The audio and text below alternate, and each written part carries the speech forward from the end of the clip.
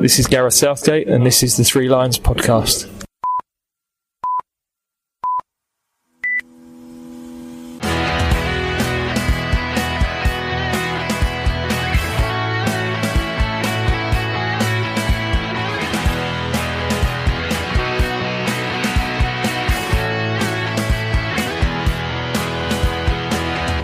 Hello and welcome to the Three Lions podcast. My name is Russell Osborne and this is an independent England supporters podcast. Thank you for tuning into the recent episode where we caught up with CJ Joyner about the good causes Block 109 have helped out with recently, and we also dissected the World Cup draw with Aidan Smith from threelions.net. That's still available at your podcast provider of choice. Now, coming up on this episode, an exciting one, I'm sure you'll agree. We'll speak with the guys behind Full Colour 66, a project to colorise the 1966 World Cup final. And we'll also be speaking with an American England fan. But first, since the last episode where we spoke about that draw, the match dates have since been announced. Now, fair play if you've already booked up. Personally, I've not got it in me yet to go waiting on potential refunds or going without tickets. So I think I'm going to wait and see how things pan out. But I have seen some of the deals going, and there are some good ones if you're prepared to take the risks and get in quick. Now those dates though, if you want them in your diary, Thursday the 25th of March we are home to San Marino. Sunday 28th of March away to Albania. Wednesday 31st of March, home to Poland. Remember, these are all in, where are they? March, September, October, November. September is Thursday 2nd of September, away to Hungary. The 5th of September is a Sunday, home to Andorra. And then the Wednesday, the 8th of September, away to Poland. We move into October, Sunday the 9th, away to Andorra. Tuesday the 12th, October, home to Hungary. And then the last two match days are in November. We are home to Albania on Friday the 12th of November and away to San Marino Monday the 15th of November. Bit of a frustration that there are no away double headers, or some were going to return from Hungary to see the Andorra game before heading out to Poland. But it is what it is. Now on that note, some, as I say, will have booked up flights, hotels, etc. Perhaps you're considering it. Now, if you are, there is a great guide that an England fan has put together detailing cheap flights, hotels and various points of interests for all our destinations in these qualifiers. And you can find it at onourwayengland.blogspot.com. Or you can find them on Twitter at onourwayeng. onourwayeng, E-N-G. That is well worth a look, and fair play for putting all that together. Can't have been too easy job. Well done. Now, let's find out more about that colorisation of the 1966 World Cup final.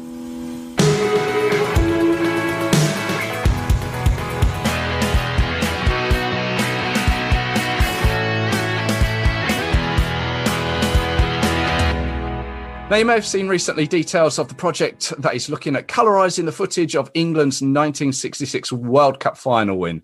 And I'm pleased to say that I'm joined by Neil Clark and Amory Swartz, who are behind the project Full Colour 66. Gentlemen, hello. Hello, good afternoon. Welcome along to the Three Lions podcast. I hope you're well. This project, Full Colour 66, when I first saw this, I thought, I've seen this in colour, haven't I? But reading up on it, I think perhaps I've only seen very small snippets. Yes, well, that's right, Russell. The original game was shot in black and white, and that was broadcast out to the British public and the world in 1966 on July the 30th on ITV and BBC at the same time. They both had separate commentators, which is interesting. So there's two different takes on the game. Mm-hmm. In fact, amazingly, if you Google highest ever television audience in UK history, you still come up with the 1966 World Cup final. So is that right? Yeah, 32.3 million people were watching the game. It is still over and above the highest, over everything else, the marriage of Charles and Diana and so on, and all these other amazing things that happened on the telly. This is still the highest ever record audience. And whilst that was being broadcast in black and white and shot in black and white by those broadcasters, it was also being filmed by a Chilean producer who got the rights from FIFA to film the World Cup tournament in England on 35mm color film, which is the best quality that you can get. And he then used that footage to create a film called Goal! Which was a feature film distributed by Columbia back in 66 and 67, which actually did very well. And the color bits that you've seen of the final are bits from that film. Right. And sadly, what has happened, as far as we can tell, is that all of the rest of the footage, so the bits that he didn't include in the tournament film, were discarded on the cutting room floor and thrown away, which is, today seems like a massively disastrous thing to do. Absolutely. But that, we think, is what happened. So yes, it's snippets from the original tournament film, which is around, and you can still see the film, which is a fantastic 1960s Michael Caine style film with wonderful sort of graphics and music and people in slick, tight suits and short haircuts. But even Neil, even if the color had been retained or saved in some way, it was quite an arty rendition.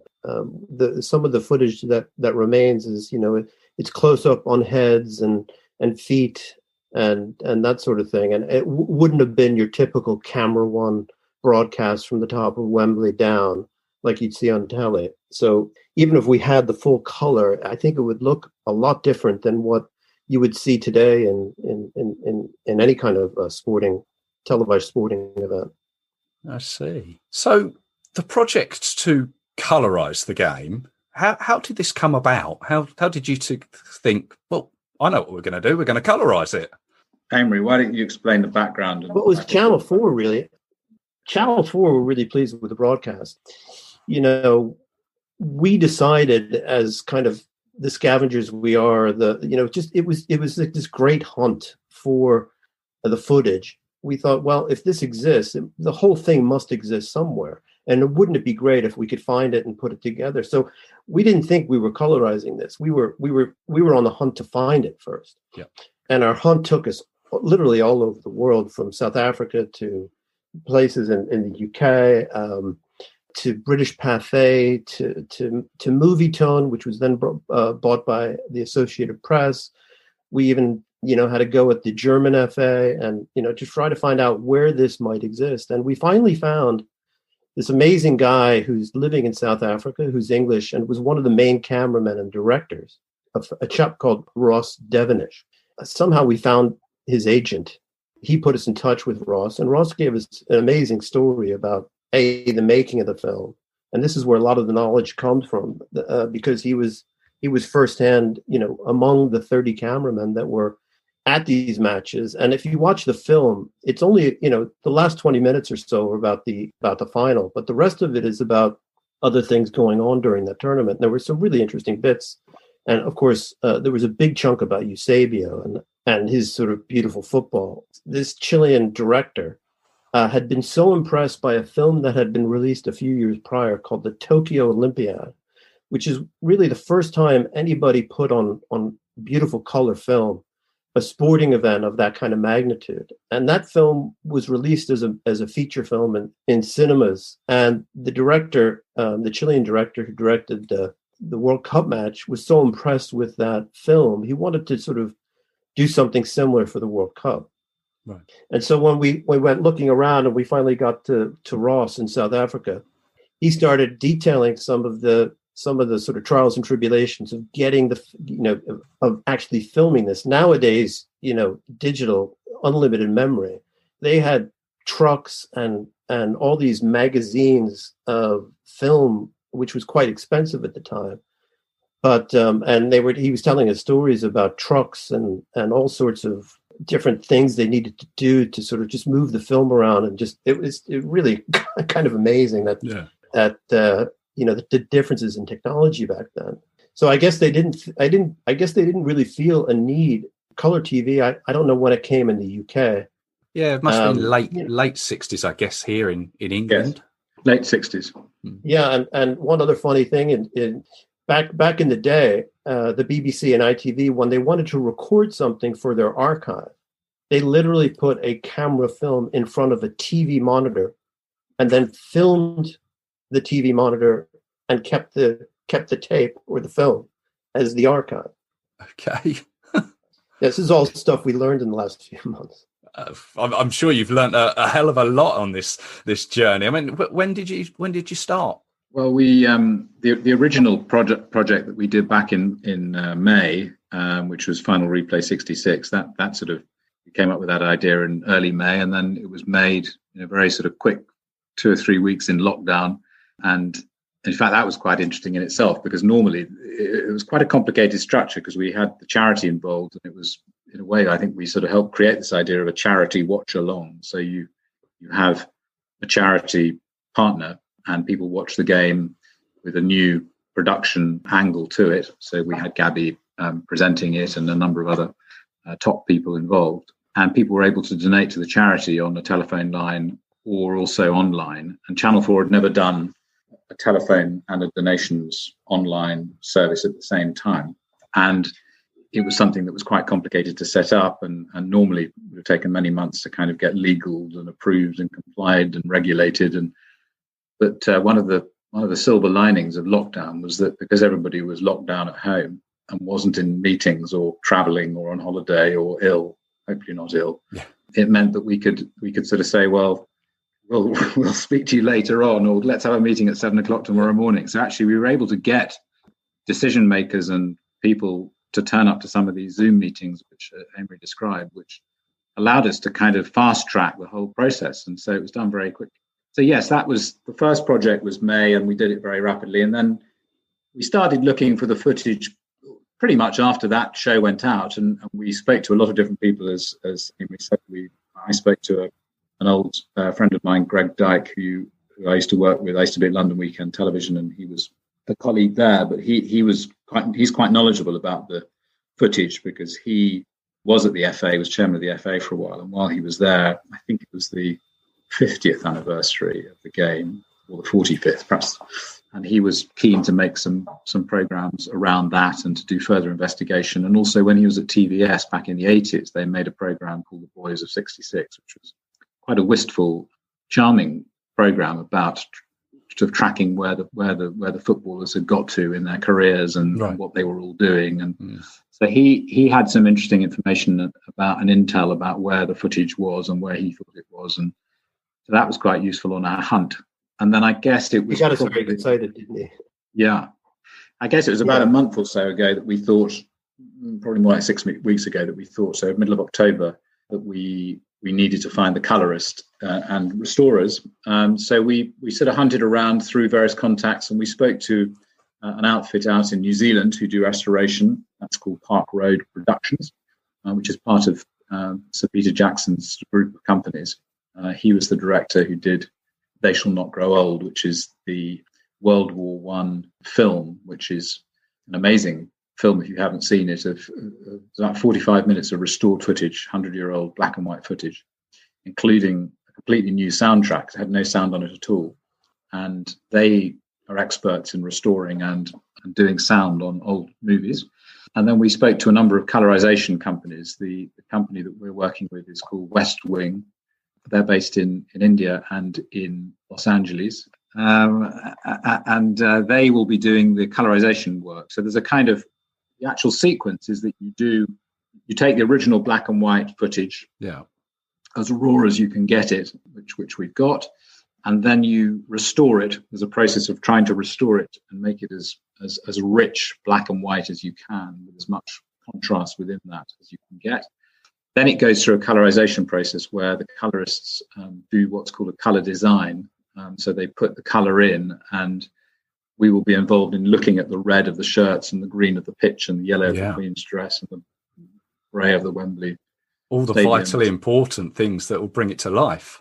Exactly. So signing all that off, and then it gets animated in Goa in 10-minute chunks. So there's going to be it's 133 minutes long, and there'll be 13 chunks of 10 minutes. Then it goes back to a process of what's called color grading, to make sure that the color, because you're doing it in lumps and over quite a long period of time, you've got to make sure that the red doesn't gradually sort of fade to pink or go purple. So there's a process of trying to make sure the color remains vibrant and equal all the way through. And then there's also a sound mix to be done to make sure the sound is at the right levels and to bring up and down certain elements of the crowd and the whistle and the ball. And we're hoping, if we got enough money from the fund raised, to spend quite a bit on the sound, because you can do some very clever things with sound and enhance the whole experience of the game significantly. We're quite lucky to have some of the color footage, because that will inform the colorists on the exact color of the red jerseys and the grass on the day and the ball. And, if we were just left with black and whites, we'd kind of be guessing. And in fact, in the World War I production that Peter Jackson did, they literally taped they had rifles and they had everything in their offices except a tank, which they couldn't get in there because they wanted to make as close a facsimile as possible to what might have been there. So even colors of uniforms and shoes and boots and meal tins and all that sort of thing was brought into their offices so that they could literally look at like for like to see had they done a really good job to get it as perfect can be. Well, as I say, I mentioned the cost. It's clearly a worldwide project. There's a lot of people getting involved in it, and it is going to be a costly project, which is why you've put it out in a crowdfunding fashion. And I'm going to say now I've contributed to that. I'd like to hope that many other people will do. So do you want to maybe explain just the crowdfunding side of things?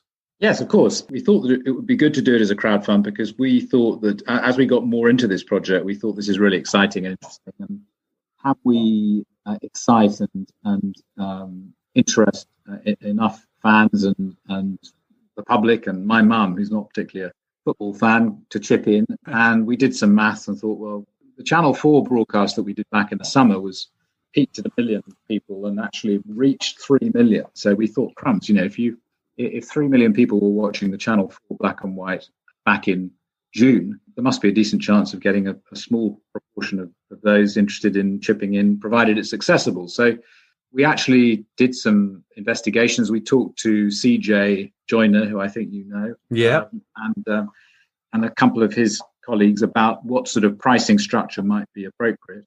And they actually came up with the idea of the 19 and the £66 price structure. And then we also put in 7 being July. So we sort of said July 1966, 1966. So for £7, you get a stream of the match back in July over, I think, a 14-day period. For £19, you get a DVD, which is a sort of limited edition DVD that we would produce. And then for £66, it would then come with Jeff Hurst's signature and a numbered limited edition on it. And then on top of that, we came up with the idea of a sort of gala VIP private screening of the game. The actual match anniversary is on the Friday the 30th. So at the moment, we've penciled in the 29th, which is the sort of day before. The idea is to take a cinema in London. We've got a couple in mind, and to invite about 400 to 500 people to come to that, of which 400 would be prize winners from the crowdfund. So anybody that chips in, the more you chip in, you get one entry for every £1 you put in. So if you put in 66 quid, you have 66 entries. And we've got 200 of these golden tickets to be won, and the golden ticket gives you so 2 of you can come.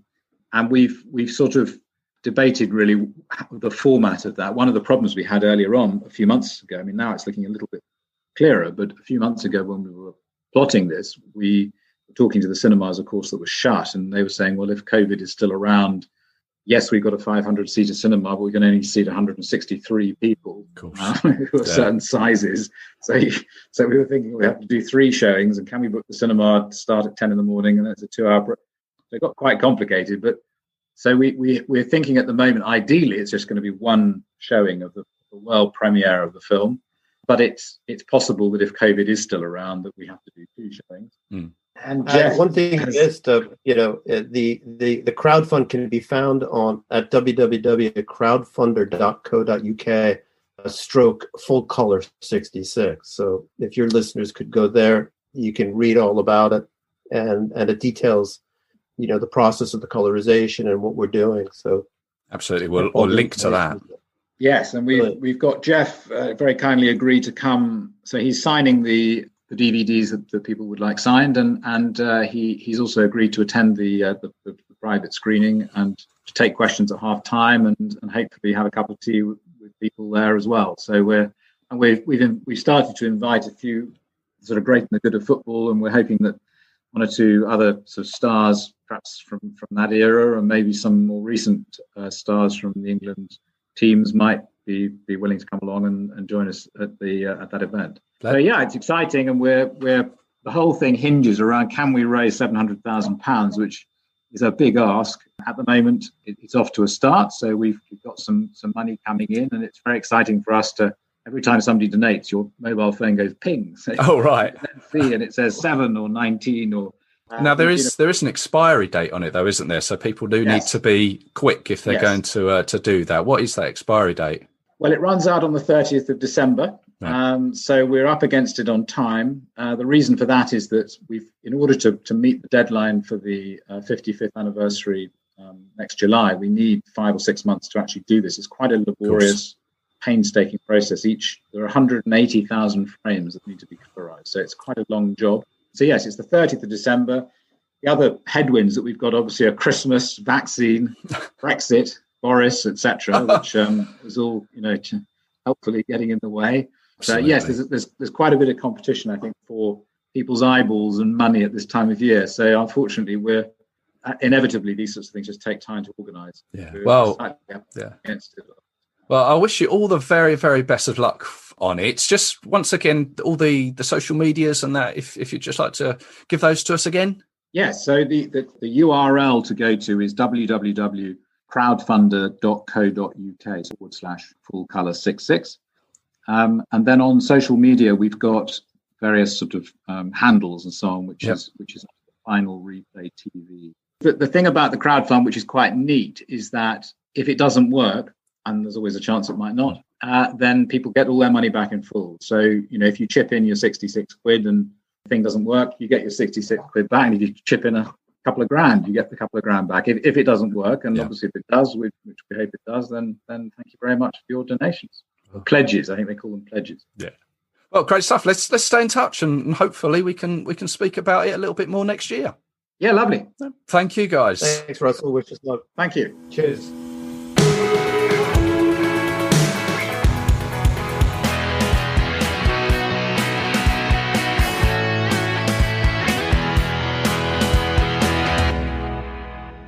It's always great to speak with fellow England fans, as we have done in the past, all about their memories and experiences following our team. But as we've also discovered previously, we also have supporters from overseas. And I'd like to welcome to the Three Lions podcast, Gaurav Singhvi. Hello there. Hi, Russell. How are you? Not too bad. Thank you. Yourself? Pretty good. I really enjoy your podcast, and I'm excited to be on. Very kind. Very kind. Well, as we say, it's always great to speak with supporters, and it's always great to hear from overseas supporters. Where are we speaking to you from? So I'm in Los Angeles, California, where I think the weather's probably a little sunnier here than it is where you are. Yeah. It's obviously it's coming into autumn. It's it's been a bit of a damp and dreary one today, but go on. What's outside your window at the moment? I think it's about 75, 80 degrees. It's pretty warm and hot outside. All right, okay. Let's gloss over that. Nice one. Well, yeah, I mean, you sent me a really nice email, which was great to read, and thank you very much. But as you say, you're American and you follow England. How has that come about? Right. So I followed soccer, or football as it's called. I followed that pretty closely since they had the World Cup here in '94. That's when I really got into it. But I think for most of the next several years, football was kind of second fiddle to American sports, basketball, American football, and baseball. I'd still follow, especially during the big tournaments like the World Cup. I'd follow it pretty closely, but otherwise, I didn't really follow club football or kind of European football. But then I'd say over the last 5 or 7 years, we kind of started developing some business interests in the UK. So I started going there more often. Since I was going to the UK, I took advantage of that and took several European vacations as well. I think I kind of just became more aware of things there. And I at the same time, some friends as well got me into Premier League. So I started following about 5 years ago, and I started playing fantasy Premier League. And yeah, I think definitely football has become my number one sport over all those others over the last 5-6 years. And then by the time the World Cup in 2018 came around, I think you'll know the U.S. failed to qualify. They had a great shot. They really should have, but they weren't able to. It's kind of looking for a team to support. And since I was very familiar with the Premier League and since I was playing fantasy football, I started following England. I knew all the players. And I have to say, during the World Cup, I think England, I don't know who works on it exactly, but their social media game is very strong. So, I think they did a great job of making all of the players accessible from their camp in near St. Petersburg, I think it was. I really enjoyed the show. I don't know if you watched it, but it was called The Lion's Den. Yeah. And I really like the host too, Craig Mitch. I think he might not be everybody's cup of tea, but I thought he did a great job of kind of getting the supporters involved, allowing us into the background or into the camp, kind of making the players more human, I guess. And I was really surprised at how humble the players were. I was surprised at how engaging they were. They seemed, just very excited to be there. I really enjoyed listening to Gareth Southgate's interviews as well. And that's kind of how I got into it. I followed their progress, and I'd actually got to attend the World Cup myself. I wasn't able to attend an England game, but on the way back from Russia, we stopped off in England for about a week. So I kind of caught some of the fever during that summer. Oh, great one. And I mean, you mentioned about the players there being given that sort of humanized touch from the FA's social media pages. Is that something that perhaps is not so prevalent in American sports? Do you feel like some of the high profile American basketball, American football players in a same way? Yeah, I think it's kind of an odd one because if you look during kind of the regular seasons, actually, it seems like the American players and coaches, they have much more, the media has much more access to them. Whereas in the Premier League, for example, it seems like they're pretty restrictive in terms of the media availability they have for the coaches and the players. So no, I think we do get a pretty decent amount of access to individual players and individual teams, but it just seems to me that maybe it was just a stage of just an every 4-year kind of thing, the World Cup. But it just seems to me that the way England organized it, it just seemed kind of a class above to. I think Arsenal is probably my favorite team, and I follow their social. You're a man after my own heart. Well done. You're saying all the right things. But I follow their social media. They do a good job too, but I don't know what it is. It just seems like they just did an excellent job of presenting it, and I think it's hard. I mean, it must not. I think Southgate it was really cool of him to allow that much access because I mean, it's not. You don't see that often. A 30-minute interview. Kind of dedicated to one player. And like I said, I know he's been caught up in some controversy, but I really like the way that Craig did it. And I actually hope he can come back at some point. So I don't know. There's just something about it. I think it was almost as enjoyable and as engaging as the games themselves, to be honest. Well, hopefully when if and when the Euros next come around, the England team will do a similar job. Now, I mean, you said that you followed England from afar, but you actually put your money where your mouth is and you joined the England Supporters Club, haven't you? Right. So I did join the Supporters Club. After the World Cup, I had a trip upcoming to Europe, and then I was going to stop by in England for a few days. I think it was in September. So I joined the Supporters Club, and I was able to buy some tickets at Wembley against Spain. I think that might have been the first Nations League game. I think it was the first game after the World Cup that England played. So this would have been the one where we lost, I think, 2-1 there, didn't we? Yeah. There was a late disallowed goal from Danny Welbeck, I That's think. right. Oh, yeah. Oh, dear. Yeah, it seemed like a very soft, soft call. But yeah, so I wanted the experience of going to Wembley and seeing England there, and I have to say it was a delightful experience. The whole atmosphere, and I don't know. You can tell me if this is typical, but it seemed to me that the atmosphere might have been a little extra special than it normally is, because I think everybody was still kind of off the high, coming off of England's success in the World Cup. So the stadium was pretty full, I think, and everybody seemed extremely excited and engaged. But no, it was a great atmosphere. Catching the metro, the tube in London, and then taking it up to Wembley. You just get that feel when more and more supporters and fans are joining you along the way, and then walking up Wembley Way. And I got to say, like, even though I'm American, I had good conversations with a lot of the fans. They're very friendly and very engaging. I thought the whole thing was a lot of fun. Oh, that's really good to hear that you've been welcomed. And I mean, how does Wembley compare to what would be your local American football or baseball team, or whoever you may follow? What does it compare like? Right. So I think probably the closest comparison I have would be I went to college at a place called UCLA, and over here, college American football is a pretty big thing. So UCLA football, they play at a place called the Rose Bowl, which is a large stadium in Pasadena, California. And now, wasn't that where the World Cup final in '94 was held? Right. Exactly. So it's a multi-purpose stadium. It's mostly used for college football, but they've had I think USA versus Mexico there a couple of times. And on a funny note, actually, Mexico is actually one of the biggest draws there. They like to play friendlies over there because there's a huge ethnic fan base here for them. But so I think the atmosphere is pretty similar. It's pretty festive in both places. The Rose Bowl is kind of a much older stadium, so the infrastructure is probably not as good as Wembley's, and as difficult. It is pretty easy to get into Wembley. It's a little harder to get out of Wembley, but the Rose Bowl, there's really no public transportation links. So you've got to drive and then try to find a parking spot. You have to do a lot of walking.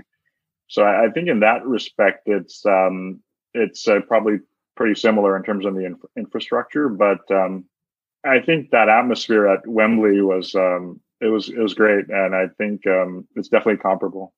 Okay, and then you said you also came to the Bulgaria game in 2019, where you saw a few goals there. I think we won 4-0 there. Right. I think Harry Kane. I think he had a hat trick in that one, if I'm not mistaken, and I think Sterling scored also. That was more of the first. And I got to say, the first game in Spain, it was in early September, but the weather was amazing. So that was. We can do good weather on occasions. We can do good weather. Yeah. That was a bonus. Bulgaria game, it was a little bit cooler. It seemed just as full, though. I think again, people were probably pretty excited about the state of the team. It was just as full. I think the atmosphere was just as good as well, especially because England was playing so well. Yeah, I think I like the concessions as well at the stadium. I'm a vegetarian, so they had something called falafel and chips. Okay. Very, very, very good. Yeah, no, I think it was a great atmosphere that night as well. It is kind of hard getting out, but I don't mind that because you have the opportunity to talk to a lot of people after the game. They're always buzzing after a big victory like that. Yeah, I think they're always kind of curious about my story as well. So I don't mind telling them. I kind of quite enjoy doing that. I mean, we're bringing it right up to date. We're speaking shortly after the recent international break where England played Wales, Belgium and Denmark. What did you make of that from afar? So I think the Wales game, I think it was very good that a lot of young players got to get involved and they looked pretty impressive. Since I follow Arsenal, I was happy to see Saka get a start in that one. They look very good. Belgium, it seems like there's kind of a lot of question marks right now about the formation that the team is using. And whether or not certain players are being favored or selected over other players. But it seems to me that Southgate has a pretty good long-term plan. And I think he's kind of building towards something bigger. So I think they played pretty well in Belgium. It was even closely contested match, but it seemed like England had the extra gear when they needed it, and I think that was a huge win. It was just kind of disappointing that they weren't able to follow that up in the next match, because I think that's maybe where they're trying to get, is to try to get to that next level, to kick on to that next level. Is you have to kind of be able to build upon your success and be more consistent. I know they did have some bad luck with the red card with Maguire, but just unfortunate. I'm not an expert when it comes to tactics, but I'm not sure if it's easy to switch systems back and forth that quickly, and whether they could have gone to a more aggressive setup versus Denmark. Who knows? I think we've all got different thoughts, different ideas how it should pan out. But yeah, that's what makes us football fans, isn't it? Right. And and I actually do have tickets to the Euros next year. We have some tickets to the quarterfinal in Rome, so I think England. I think they're slated to be in that match if they're able to get there. And then I have another set of tickets at Wembley, not involving England. I think this is for the round of 16 at Wembley. So okay. So I'm looking forward to that. Well, it's unclear if we'll make it or not. Well, I really hope for all our sakes that we're in a position where we're able to go to these games. But yeah, we'll just have to wait and see. Now, there was something that you put in on your email that I thought, wow, I'd really like to find out a little bit more about this, because it's always interesting when supporters have been to a game that I haven't been to. I'm not saying that I go to every game, but obviously I try and get to as many as I can. But there was a game back in 2005, actually played in Chicago, England against, would have been USA versus England. And you were there, weren't you? Yeah, I was. So this was in 2005. It was over. We have a Memorial Day weekend. It's a 3-day weekend, or as you would call it, a bank holiday. Okay. In late May, I was in medical school at the time, and my roommate or my flatmate, he was kind of much more into football than I was. But apparently, I think Sven-Goran Eriksson was a manager at the time, and apparently, I'm not exactly sure why, but there was an international window in June, and for some reason, he wanted to bring that a little bit earlier into late May. I think it was maybe to give the players more time off during the summer, and they were able to arrange this tour of the United States. And I think they were also going to conduct some kind of coaching clinics with some kids, but they arranged to play 2 matches. One was in Chicago against the U.S. team, and I think the other one was in Florida against Colombia. So my friend had heard about this a couple months beforehand, and he asked me, and it was very exciting. So I was thrilled to go. I think at that point, we were very hopeful. I mean, I think we wanted to see David Beckham play, and even though we knew, because the season was still going on or it just ended for some of the teams. I think he was with Madrid at the time, so we knew it was unlikely that he'd make it here for that game. But we still kind of held out hope that he would make it. But no, it was a great day. It was another great atmosphere. Late May in Chicago, the weather is very good. I was at a place called Soldier Field, which is where the Chicago Bears play. I think the stadium holds about 60,000 people, and I want to say it was about 2/3 full that day. There were a good number of England fans there. I believe I would have to say most of them were probably expats living in the U.S., but I'm sure there was a fair number who made the trip as well. I imagine there was a few that thought, right, yep, there's an idea. There's a chance for a few days away.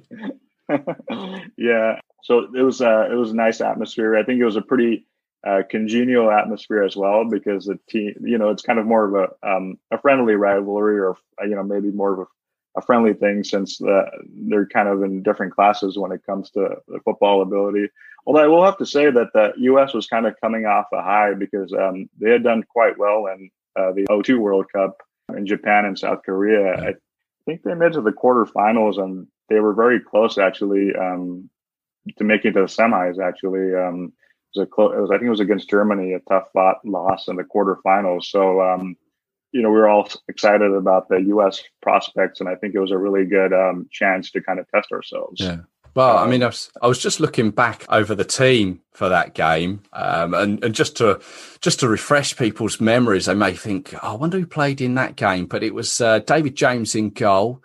There was Glenn Johnson. Ashley Cole started, although he went off in the second half. Michael Carrick, Wes Brown, Sol Campbell, Jermaine Genus, Kieran Richardson, Alan Smith, Andrew Johnson, and Joe Cole as well.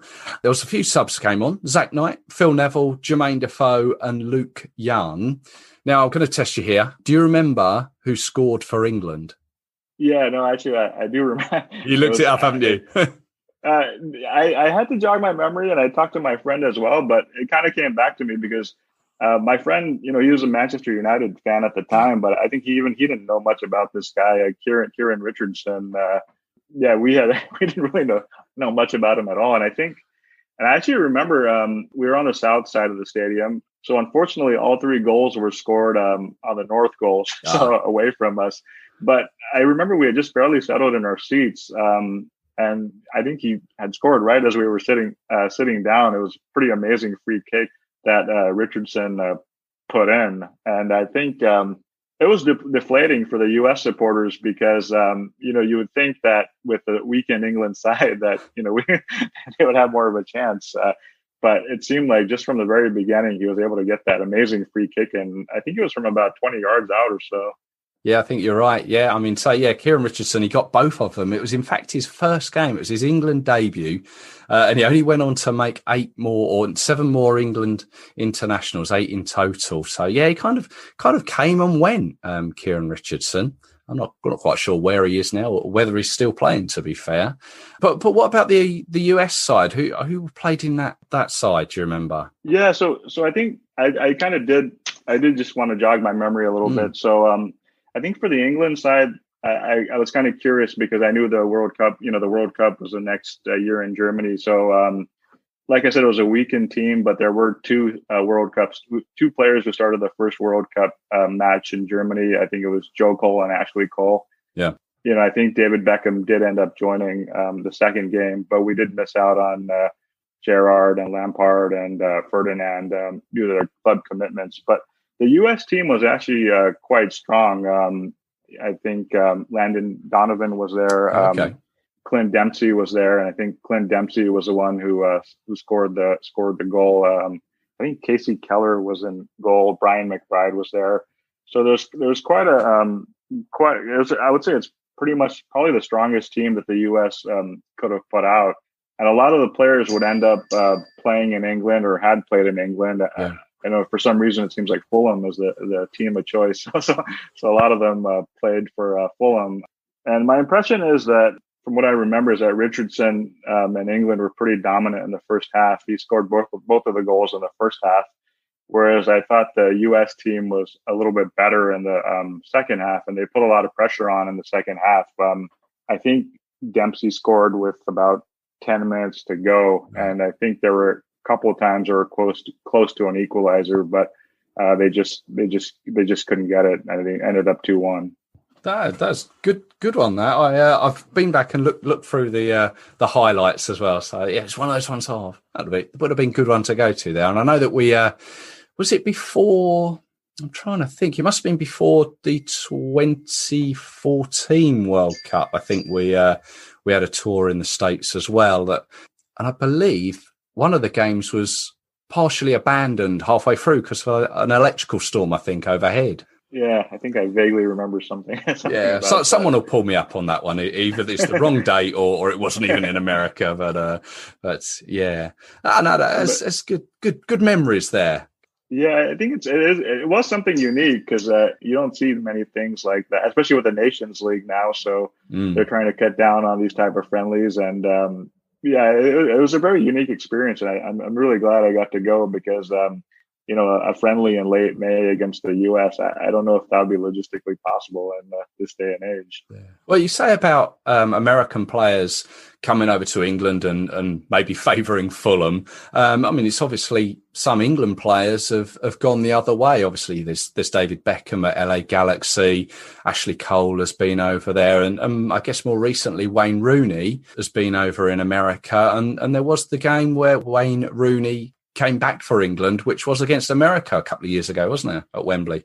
Right. I think that was in 2018, I believe. That was, I guess they were able to shoehorn a friendly into that Nations League schedule. And I think in that match, I did watch that match, and I think at that match, England they were kind of at their post World Cup peak, so they were pretty dominant in that match. I think Christian Pulisic did play. That was before his move to Chelsea.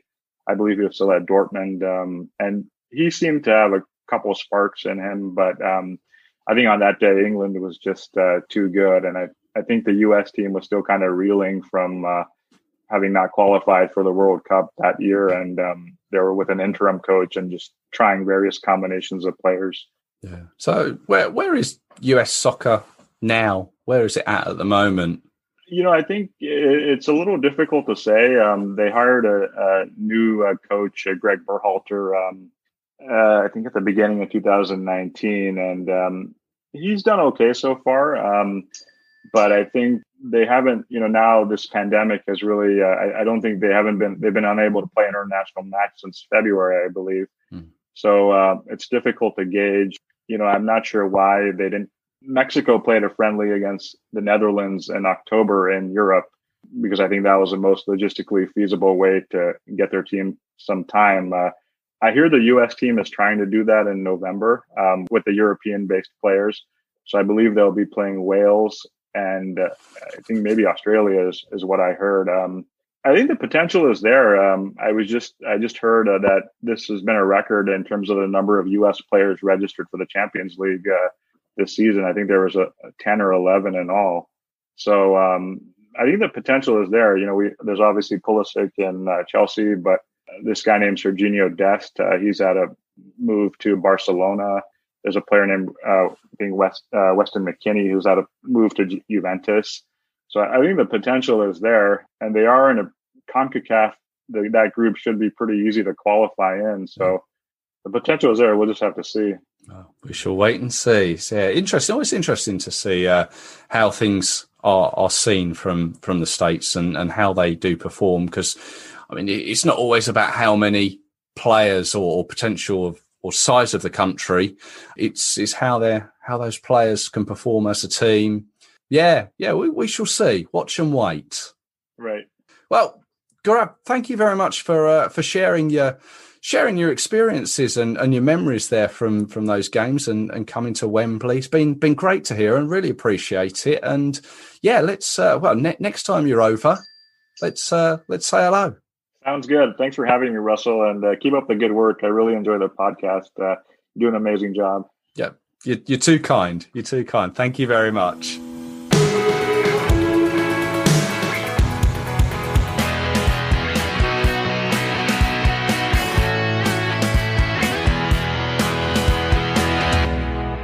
And there we have it, another episode in the can, as they say. Thank you to Gaurav there, an interesting insight from across the pond. You can find him on Twitter at Gaurav Singhvi, GAURAV SINGHVI. Don't forget, you can also follow the guys at Full Colour 66. They are at Final Replay TV. Or you can use the hashtag Full Colour 66. And you'll also find the Crowdfunder page there. Thank you for listening. Always appreciated. Don't forget, you can follow the show on all the social media channels. Just search Three Lions Podcast or head to threelionspodcast.com. And if you're passing an iTunes review page, a review is always welcome. It is Christmas, isn't it? Season of goodwill and all that. And speaking of which, the next episode is a look back over the year, and I've also thrown in for you a Christmas quiz with all the bells and whistles. Christmas, New Year, last episode of the year, and it's always a chance for me to play around with some sound effects. I hope you can join me for it. So until then, take care, stay safe, and stay subscribed. Cheers.